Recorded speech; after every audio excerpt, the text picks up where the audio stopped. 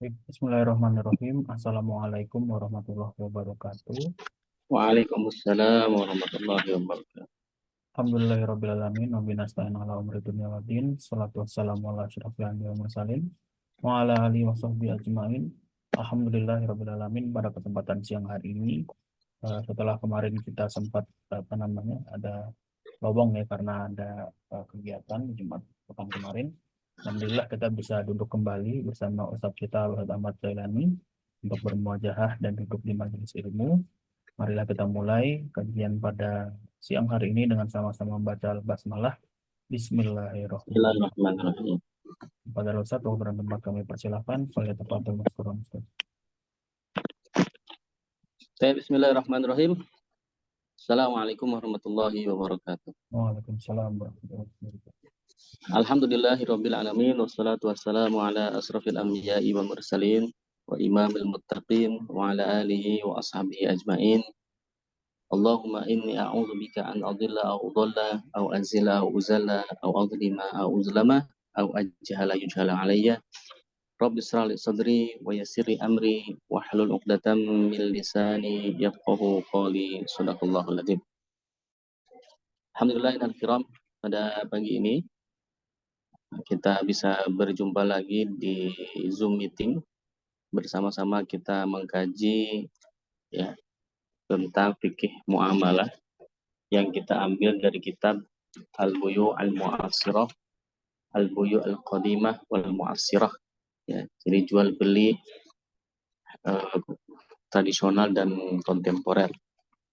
Alhamdulillah, salawat dan salam juga tak lupa kita curahkan kepada Nabi kita, yaitu Nabi besar Muhammad Sallallahu Alaihi Wasallam, sebagai qudwah hasanah kita dalam segala aspek kehidupan, baik dalam kehidupan pribadi, kemudian keluarga, masyarakat, dan juga bernegara ya. Ikhwani wa akhwati rahimakumullah, setelah kita membahas ya di 2 pekan lalu tentang syarat sah jual beli ya, kita review ya. Jadi syarat sah jual beli itu ada 6 ya. Jadi yang pertama adalah zatnya itu harus suci. Ya, ini terkait dengan syarat sah jual beli dan dilihat dari sisi objek akad ya, ma'qud alaihnya. Ya, jadi ma'qud alaihnya atau objek akadnya itu yang pertama zatnya harus suci. Jadi tidak boleh, haram hukumnya kita memperjualbelikan barang-barang yang najis ya. Barang-barang yang haram ya, yang tidak diperkenakan oleh syariat ya, semisal jual beli khamar ya, jual beli anjing ya, dan sebagainya. Kemudian yang kedua adalah objek akadnya itu harus dapat dimanfaatkan ya, jadi tidak boleh kita menjual beli di mana barangnya itu tidak bisa kita gunakan ya. Jadi baik berupa barang atau komoditi yang kita jual itu ya, itu harus bisa dimanfaatkan oleh si pembeli ya. Kenapa? Karena ketika jual beli atau barangnya itu tidak bisa dimanfaatkan ya, berarti tidak ada kompensasi ya, tidak ada kompensasi yang didapatkan ya, oleh si pembeli ya. Dan ketika tidak ada kompensasi yang didapatkan oleh si pembeli, maka hal itu berarti tidak termasuk jual beli ya. Kecuali kalau memang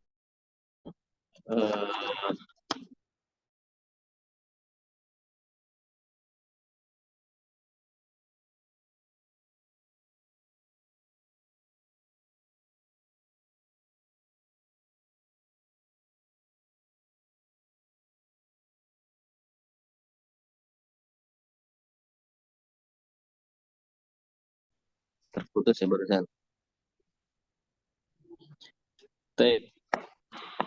Nah, yang ketiga ya, syarat sah jual beli dari sisi objek akad yang ketiga adalah kepemilikan pihak yang berakad atas barang. Jadi akad jual beli itu sah jika barang yang dijual adalah milik pihak yang melakukan tasarruf ya, atau pihak yang memiliki barang itu ya, atau diizinkan oleh si pemilik barang ya. Jadi tidak boleh kita menjual barang, ya, dan yang barang itu tidak mendapatkan izin dari si pemilik aslinya, yang bisa jadi wakil atau jadi perantara, gitu ya. Nah, kita belum dapat izin dari si penjual untuk menjualkan barang itu. Maka perlunya ada akad itu di situ, ya. Jadi atau di properti itu biasanya makelar, ya, atau samsaro atau broker, ya, dia harus dapat izin dulu dari si pemilik proyek untuk menjualkan produknya, ya. Jangan sampai kemudian kita menjual tanpa ada izin dulu dari si pemilik proyek. Nah, itu tidak boleh, ya. Kenapa? Karena tidak ada akad di antara keduanya, ya. Tidak boleh juga kemudian kita tawar-tawarkan, kemudian datang ke si proyeknya, ini sudah ada yang mau beli misalkan. Ya harus dibuat akad dulu antara si broker dengan si pemilik barang itu. Ya. Sebab Rasulullah Shallallahu alaihi wasallam la talaqa illa fi ma yamliku wala ataqa illa fi ma yamliku wala bai', ya. Jadi tidak ada tolak bagi seseorang kecuali dalam apa yang dimiliki. Tidak ada pembebasan kecuali dalam apa yang dimiliki. Ya, tidak ada jual beli kecuali dalam apa yang dimiliki, dan tidak ada pemenuhan nazar kecuali dalam apa yang dimiliki. Jadi ada 4 hal yang itu harus dimiliki. Yang pertama adalah tolak, ya. Kemudian yang kedua adalah pembebasan budak, gitu ya. Yang ketiga adalah jual beli, yang keempat nazar. Nah, jual beli termasuk yang tidak boleh ketika barang itu belum dimiliki oleh si penjual atau belum mendapatkan izin dari si pemilik produk atau pemilik barang tersebut. Baik. Nah, dari model, ya, kepemilikan pihak yang berakad atas barang, ada istilahnya itu jual beli al-fuduli. Nah, jadi ada namanya jual beli fuduli. Nah, jual beli al-fuduli ini apa? Jadi jual beli al-fuduli ini adalah orang yang mengakadkan sesuatu milik orang lain tanpa izin dari orang itu, ya. Misalkan seseorang menjual rumah milik orang lain, ya. Nah, menurut penulis, akad itu sih sah tetapi tidak mengikat dan konsekuensinya bergantung pada izin dari pemilik rumah itu atau wilayah walinya. Ya, jika ia mengizinkan, tentu akad itu bisa diimplementasikan. Tetapi jika ia tidak mengizinkan, maka akad jual beli itu batal. Ya, misalkan tadi broker, dia belum ada akad, belum ada apa dengan si pemilik proyek, dia jual produk-produk si proyek itu mengandalkan gambar yang di-share di sosmed misalkan, ya.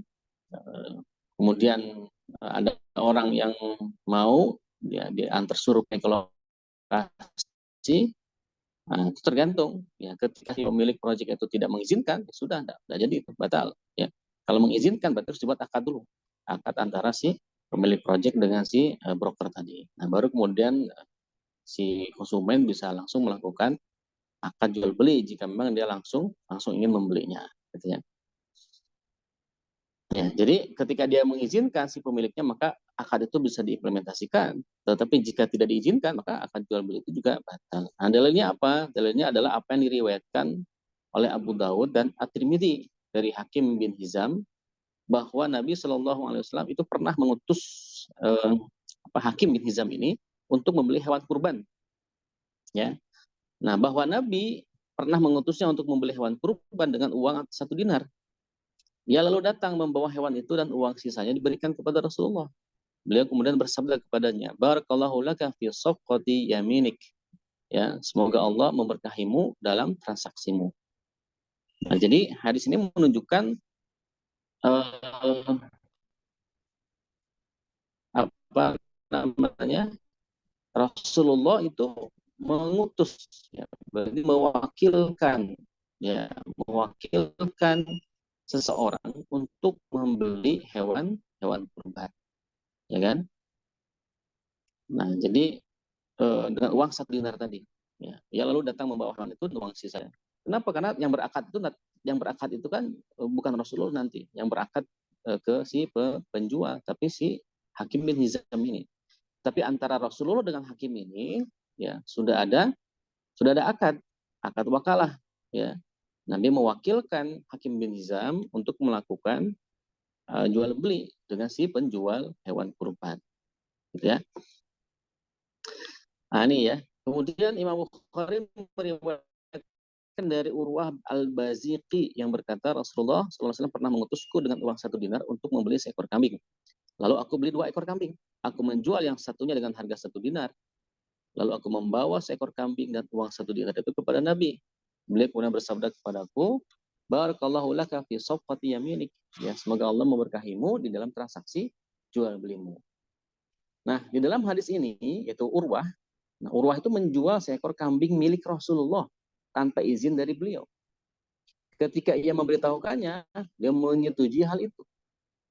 Nah, ini merupakan dalil bolehnya orang menjual milik orang lain. Ya. Di dalam hadis yang pertama, ya, jadi penulis melihat Ibnu Hazm itu menjual seekor kambing milik Rasul. Lalu ia membelikan kambing yang lain dan beliau menyetujuinya. Seandainya yang demikian itu tidak boleh, saya beliau mengingkarinya dan memerintahkannya untuk mengembalikan transaksinya. Jadi kembali kepada izin. Ya, jika memang itu diizinkan, maka boleh. Tapi ketika tidak diizinkan, maka itu tidak boleh. Ya. Karena Hakim bin Hizam ini, kemudian Urwah Al-Baziqi ini menjadi utusan Rasulullah untuk membeli kambing atau membeli hewan. Nah, si Urwah itu membelinya 2 ekor dengan 1 dinar. Yang satu kemudian dia jual lagi 1 dinar.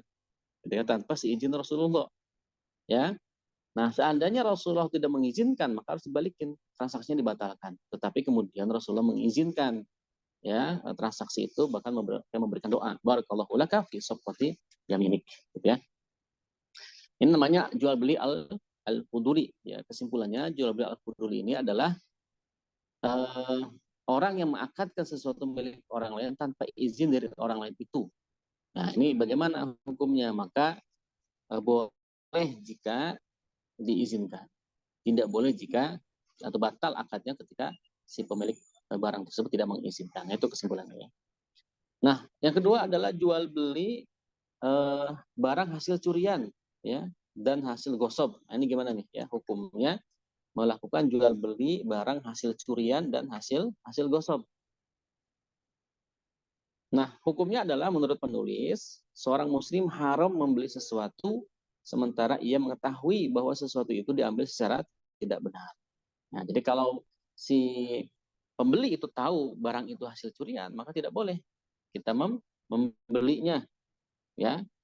Kenapa? Karena pengambilan secara tidak benar itu tidak memindahkan kepemilikan dari pemiliknya. Karena sejatinya barang yang dijual oleh si pencuri itu bukan milik dia, ya. Nah, cara mendapatkannya ada cara yang tidak dibenarkan, cara yang tidak menyebabkan barang itu pindah ke pemilikan. Karena mencuri itu bukan sebab berpindahnya kepemilikan secara sah dalam Islam. Maka karena barang itu hasil curian, kalau dia jual ke orang, ya, dan si pembelinya tahu bahwa itu adalah barang curian, maka tidak boleh. Karena barang itu bukan barang milik si penjual yang pencuri itu. Ya. Nah, jadi pembelian dari orang itu merupakan pembelian dari orang yang tidak memiliki barang itu. Nah, selain itu juga ada ta'awun, ya, ta'awun alal ismi wal udwan. Ya, ada saling kerjasama terhadap dosa dan permusuhan. Tentu, ya, barang yang dicuri itu menimbulkan dosa karena mencuri, plus juga permusuhan.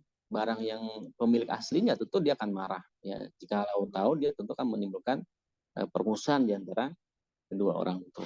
Nah, begitulah, ya, dia terkait dengan barang curian dan gosip, maka pencuri dan orang yang menggosopnya tidak memiliki hak menjual barang itu, ya. Dan ketika si pembeli itu tahu barang itu barang curian, maka tidak boleh membelinya. Nah, dalilnya apa? Dalilnya adalah dari Imam Al-Baihaqi, ya, yang meriwayatkan bahwa Rasulullah Shallallahu Alaihi Wasallam pernah bersabda, "Man ishtara sirqatan wa huwa ya'lamu annaha sirqatun faqad ishtaraka fi itsmiha wa 'ariha." Nah, itu ya. Siapa saja yang membeli barang curian sementara ia tahu itu barang curian, maka ia telah berserikat, ya, ishtarak, ya, dalam dosa, fi itsmiha wa 'ariha, dan dalam aibnya. Nah, jadi sama-sama bekerja sama jadinya, ya. Baik, ini model jual beli yang kedua tadi, ya. Dilihat dari kepemilikan pihak yang berakad atas barang. Nah, yang ketiga ada yang namanya jual beli pesanan atau bai'u assalam, ya, bai' assalam. Nah, assalam ini apa? Salam ini jual beli barang dengan spesifikasi ya yang dijamin sampai tempo tertentu dengan sesuatu yang dibayar kontan ya.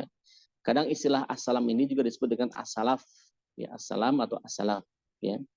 Secara bahasa artinya menyerahkan kompensasi pembayaran secara kontan ya dalam suatu kompensasi dengan spesifikasi yang dijamin yang akan diserahkan sampai tempo tertentu. Intinya seseorang itu apa namanya menyerahkan harta kepada seseorang untuk memiliki barang yang ia tawarkan dan barang itu datang dalam tempo tertentu.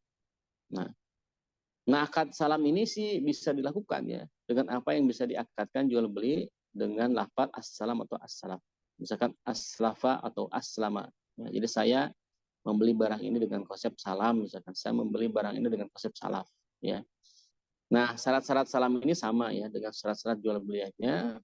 Yang paling penting adalah objek ya, atau barang yang dijual belikan itu harus spesifik ya, harus spesifik atau spesifikasinya itu diketahui oleh si calon pembeli. Dan ketika nanti barangnya tiba dan tidak sesuai dengan spesifikasi, maka itu boleh dikembalikan.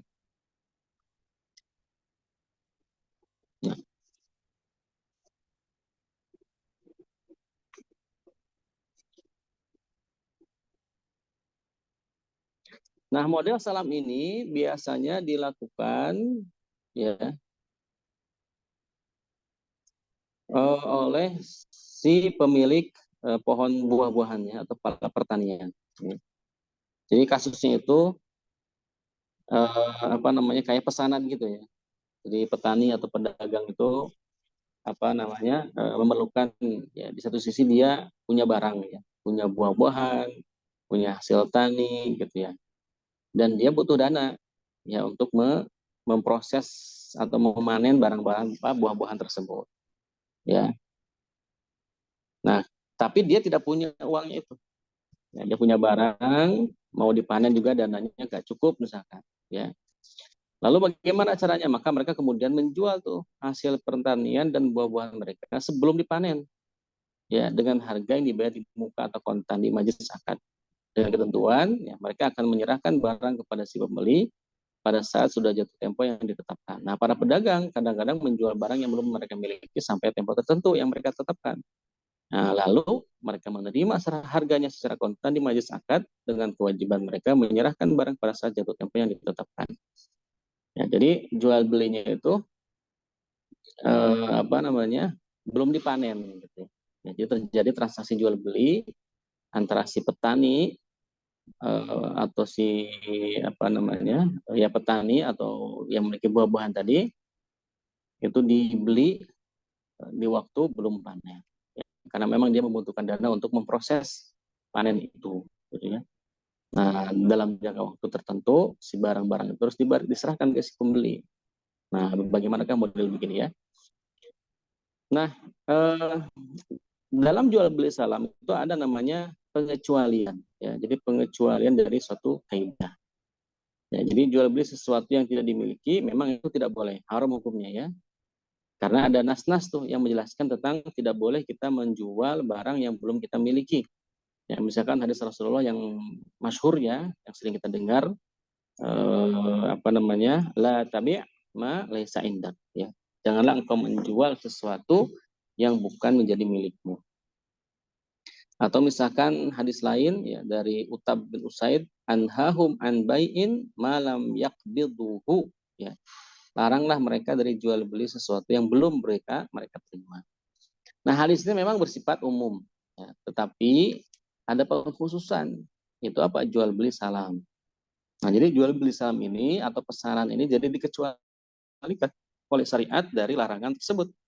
Dan syariah membolehkannya. Makanya kan dalam hukum syariat itu ada yang namanya taksis ya atau istisna, mustasna atau dikecualikan. Nah, pengecualian ini tentu tidak sembarangan ya. Jadi pengecualian ini bukan berdasarkan perhitungan akal atau untung rugi. Tetapi yang berhak mengecualikan itu ya tetap hukum syara lagi. Berarti harus ada hadis lain atau nas lain yang menunjukkan pengecualian daripada hal yang sudah dilarang tadi. Ya. Nah, apa hadisnya yang membolehkan ya, model jual beli barang yang memang belum dimiliki secara sempurna. Ya, dalam konteks akad salam tadi. Ini berdasarkan hadis Rasulullah SAW yang diriwayatkan oleh Abdullah bin Abbas, ya. Bunyinya begini: Man aslama fal yuslim fi kailin ma'lumin wa wazanin ma'lumin ila ajalin ma'lum. Ya, jadi siapa saja yang melakukan salam, itu pesanan, hendaklah dalam takaran dan timbangan yang jelas sampai tempo yang jelas. Jadi syaratnya itu ada dua. Ya. Jadi pertama, yang bisa dilakukan akad salam itu, yang pertama adalah barangnya itu yang bisa ditakar, ya, yang bisa ditimbang, bisa diukur. Nah, buah-buahan bisa tuh ditimbang, diukur, ya. Itu kan bisa berapa kilo misalkan. Ya, itu salam tuh begitu, yang bisa diukur, ya. Ada volumenya lah ya, takaran atau timbang. Gitu. Kemudian yang kedua, temponya itu jelas, ya. Temponya jelas. Kapan barang itu diserahkan itu harus jelas. Ya, apakah misalkan sepekan atau 2 pekan atau sebulan gitu. Nah, jadi ya kan kalau jual beli online juga kan modelnya kayak salam gitu ya. Kita beli barangnya, barangnya belum ada, itu kan hanya dilihat dari gambar saja, spesifikasi tadi. Nah, barangnya itu kan bisa di kilo ya. Misalkan beli buah anggur gitu ya. Kemudian online kita cuma lihat gambarnya aja buah anggur itu kan, anggur mana misalkan. Nah, lalu kita bayar dulu kan, bayar dulu baru barang itu dikirim dalam tempo tertentu, misalnya dijanjikan di situ 3 hari sampai, ya, 4 hari sampai. Nah, ketika barangnya sampai kan jelas tuh, barangnya itu anggur tuh bisa ditimbang, kemudian temponya jelas 4 hari misalkan.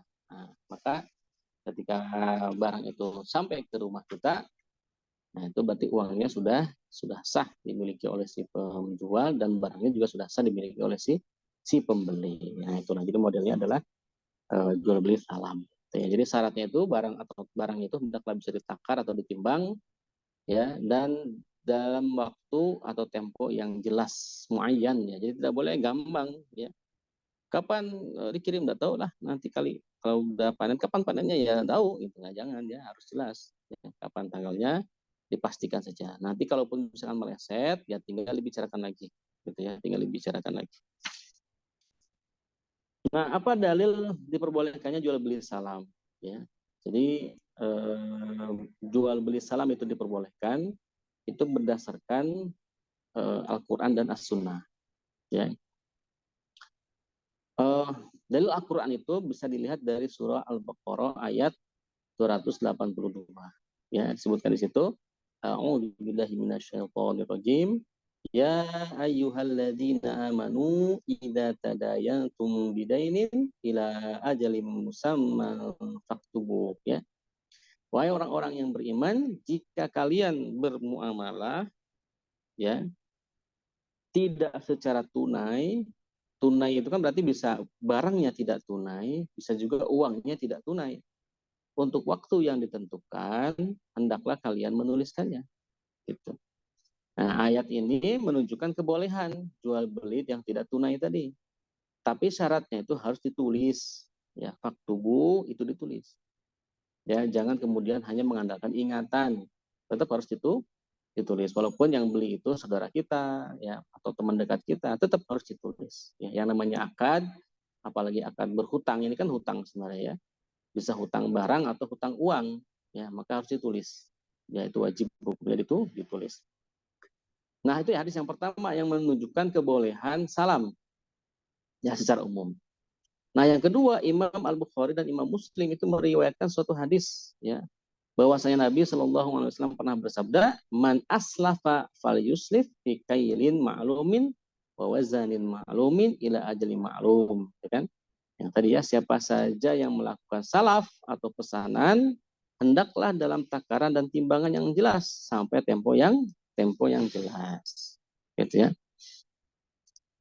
Nah, lafaz lengkapnya hadis ini itu ada di footnote-nya, ya. Dalam Sahih Imam Bukhari, ya, itu disampaikan qadima Rasulullah sallallahu alaihi wasallam al-Madinata wan nasu yuslifuna fi thamaril ama wal amain. Au qala amaini au thalathata sakka Ismail. Wa qala man aslafa fi tamarin falyuslif fi kailin ma'lumin wa waznin ma'lumin. Ya Rasulullah tiba di Madinah ya, dan masyarakat melakukan salam pada buah-buahan 1 atau 2 tahun, atau ia berkata 2 atau 3 tahun. Nah, Ismail ragu.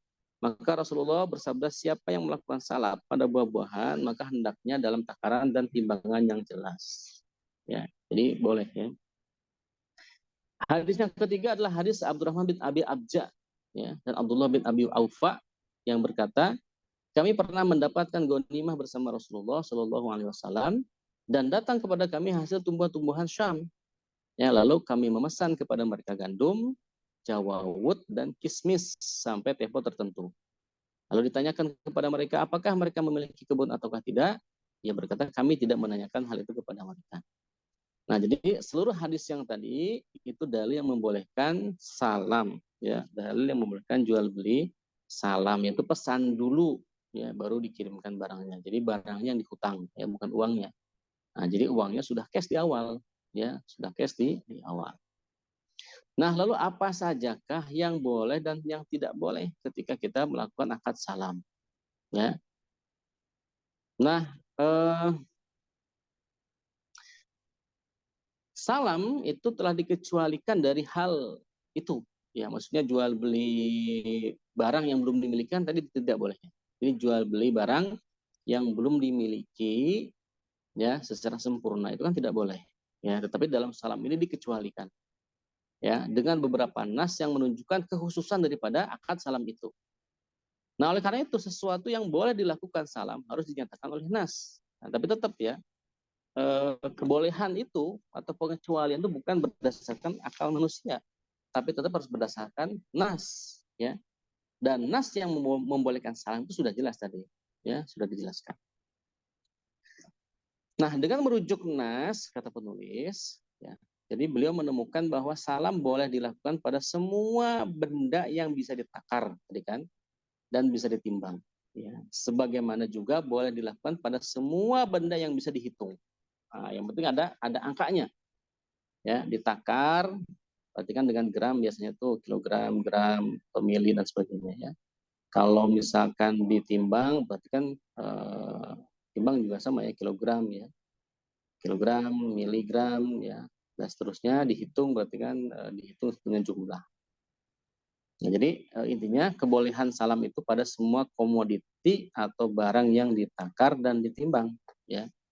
Nah, tadi hadisnya itu dari Rasulullah tadi yang man aslafa fal yuslif fi kailin ma'lumin wa waznin ma'lumin ila ajalin ma'lum. Itu kan, di siapa saja yang ingin melakukan salaf atau pesanan, hendaklah dalam takaran dan timbangan yang jelas sampai tempo yang jelas, ya.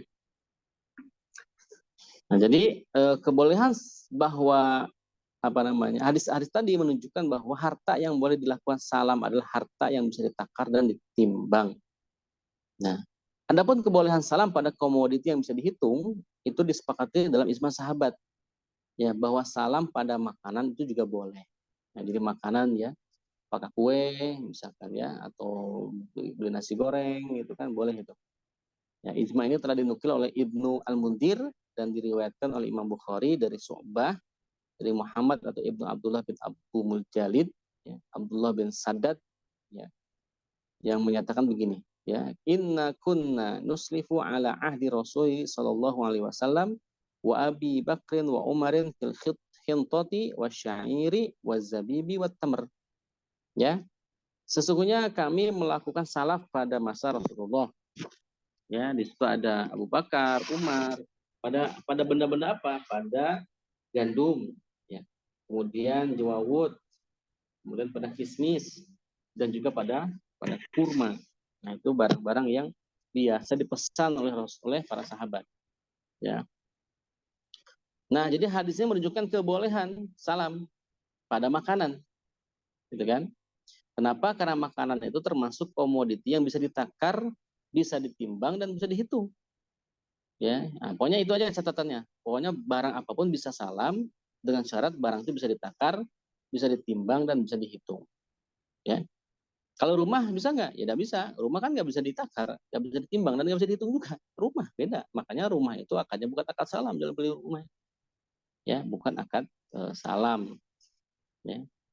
Nah, karena itu hukumnya berkaitan dengan bagaimana makanan itu diukur, baik dengan takaran, timbangan, atau hitungan.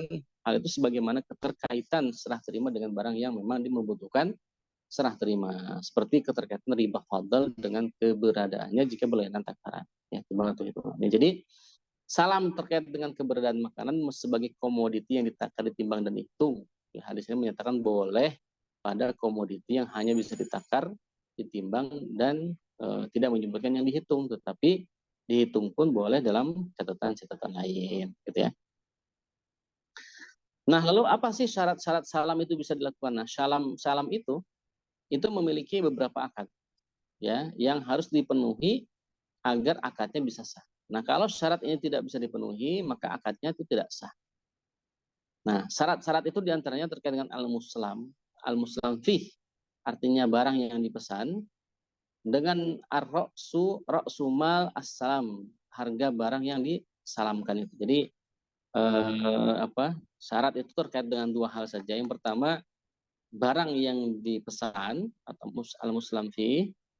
Yang kedua adalah harga barang yang disalam itu. Berapa harga barang tepat. Nah, yang pertama terkait dengan syarat-syarat barang yang dipesan atau al-muslam fih tadi, maka yang pertama syaratnya harus terdeskripsi, ya, harus dijelaskan spesifikasinya, ya, harus dijelaskan juga takarannya dan timbangannya, ya, apakah dia ukuran galon, apakah liter, apakah kotak, atau kilogram, atau ritel, ukiah, ton, misalkan, dan sebagainya. Intinya takaran dan timbangan itu harus diketahui dengan jelas. Nah, jadi sejak awal barang yang ingin kita akadkan dengan salam itu harus jelas. Berapa kilonya, takarannya harus jelas, timbangannya jelas, hitungannya juga jelas. Kemudian yang kedua, komoditi yang dipesan itu harus jelas jenisnya. Ya, juga jenis yang ditakar dan ditimbang, termasuk harus diketahui jenis yang dihitung. Jadi apakah ini termasuk barang yang ditakar?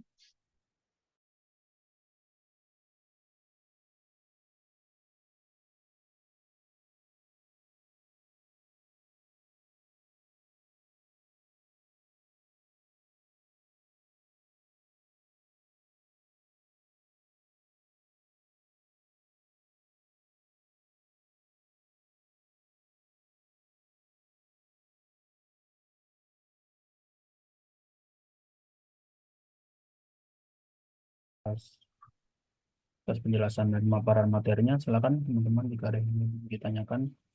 Jika ingin ada pertanyaan, bisa langsung chat di kolom komentar atau open mic karena kita sudah sampai di sesi tanya jawab. Silakan.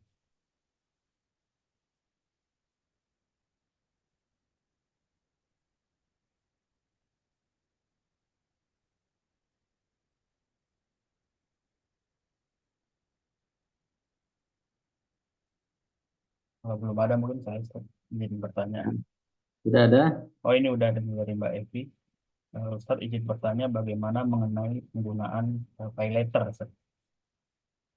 Jadi apa namanya, ya seperti berhutang dulu gitu, berhutang canggih dengan kita. Oh, yang Shopee Pay Later itu ya.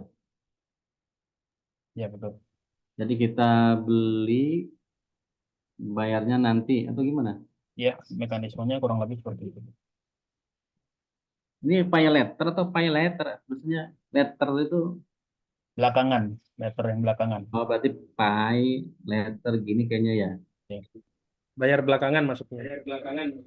Heeh.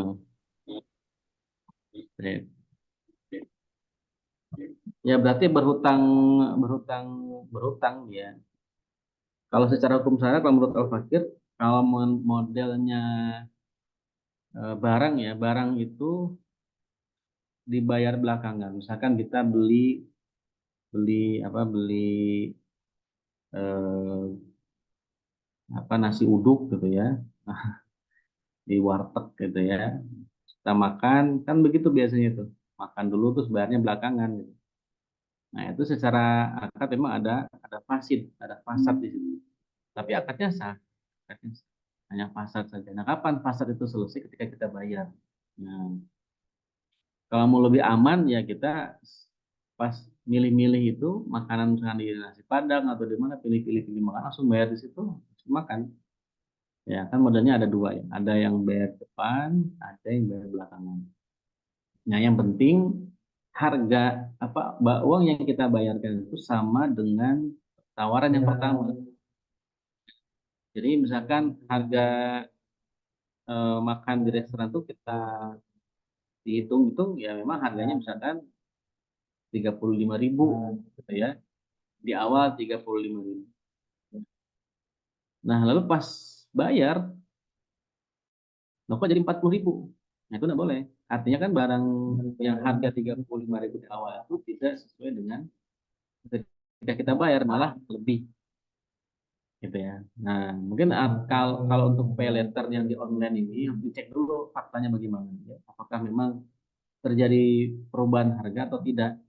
Ya, tapi kalau tidak ada perubahan harga dari sejak ditawarkan di etalasenya, ditawarkan sekian misalkan, baru kemudian kita bayar sekian, nanti kan memang hutangnya ya memang sekian gitu ya. Kan harganya memang 35.000, kita bayar 35.000 gitu. Karena ada juga model di misalkan pulsa ya. Pulsa itu ada istilahnya pulsa darurat.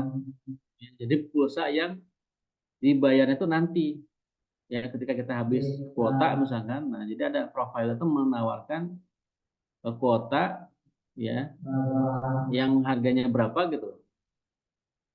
Tapi bayarnya nanti. Ya kan? 10.000 pulsa, Hah? 10.000 pulsa darurat saya pakai terus. Iya. 10 darurat. Nah, kalau emang harganya 10 darurat Pas emergency ya saya pakai. gue nggak mau berarti kita hutang. Iya, suka ada yang gitu. Nah, tapi kalau modelnya misalkan dibayarnya pulsa 10.000 ternyata kan kita hutang 10.000 tuh. Ibarat kata kita ada akad pinjem gitu. Pinjem 10.000 ya kan. Nah, terus di pembayaran nanti itu ada tambahan 2.000 jadi 12.000. Nah, berarti kan ada tambahan tuh, ada ribanya itu 2.000. Karena kita akadnya kan akad hutang gitu. Ya kan? Ini juga sama. Nah, saya nggak tahu fakta pay letter ini. Saya karena belum pernah pakai ini. Saya tahu pay letter tapi nggak tahu detail bagaimana faktanya. Prinsipnya adalah tadi, ketika kita berhutang sekian maka bayar sekian, tidak boleh ada lebih kurang. Jadi namanya kan kita kayak hutang aja. Kayak tadi aja di warung kan kita berhutang, ya makan dulu kan belum dibayar itu. ambil. Nanti pas belakang baru di absen kan, makanya ini berapa totalnya. Ya kan harganya wajar segitu segitu. Kita setuju sah. Walaupun di awalnya pas kita lagi makan tuh dalam kondisi pasar gitu. Kenapa pasar? Karena ada goror belum jelas harganya berapa ini yang kita makan. Walaupun secara akad itu kan sah. Sebagaimana penjelasan di awal, akad sah akad fasad itu, akad yang Anda mengandung fasad itu tidak membatalkan akad. Hanya disebut fasad saja. Berarti harus dihilangkan kefasadannya dengan dihilangkan tadi itu kalau yang belum bayar berarti bayar. Nah, kalau mau lebih aman, saya kadang ya dulu kalau belanja begitu, ya maksudnya makan di restoran saya pengen bayar di depan aja gitu. Bayar di depan deh, berapa nih semuanya? Nah, sekian udah bayar dulu baru itu terus kita makan. Ya, biar clear ya, akadnya udah jelas. Ya walaupun ya boleh-boleh saja ya, karena ada juga restoran yang nggak mau begitu, ya, yang mau dibayar di depan. Nah, ada Pak belakangan. Hold on ya nanti saya coba cek dulu pay letter ini gimana faktanya, ya karena harus diteliti ya, karena mengkaji fikih itu tahqiqul manatnya harus pas. Karena kalau salah fakta ya, salah membaca fakta, memahami fakta akan salah hukum. Itu bahaya ya. Sedangkan al-fakir ini anehnya bukan mustahil ya. Belum masuk ke kategori mustahil ya. Artinya kalaupun salah ya tetap dosa itu. Mustahil kan kalau salah dapat pahala ya. Salah beristihad tuh dapat pahala 1. Kalau benar dapat 2. Nah, ini kan anak ini bukan mustahil gitu. Nah, kalau beristihadnya salah, bahaya nanti. Bukan pahala yang didapat dosa karena salah menyampaikan hukum. Nah, ini ya, jadi Mbak Evi nanti saya cek dulu faktanya, kemudian mungkin ada pendapat-pendapat ulama lain, kita cek ya, apakah boleh atau tidak gitu ya. Walaupun prinsip-prinsip tadi sudah saya sampaikan. Oke, kalau soal Baik, terima kasih Ustaz atas pertanyaan, atas jawaban dari pertanyaan yang diberikan. Yang satu lagi, silakan. Jika ada pertanyaan, silakan.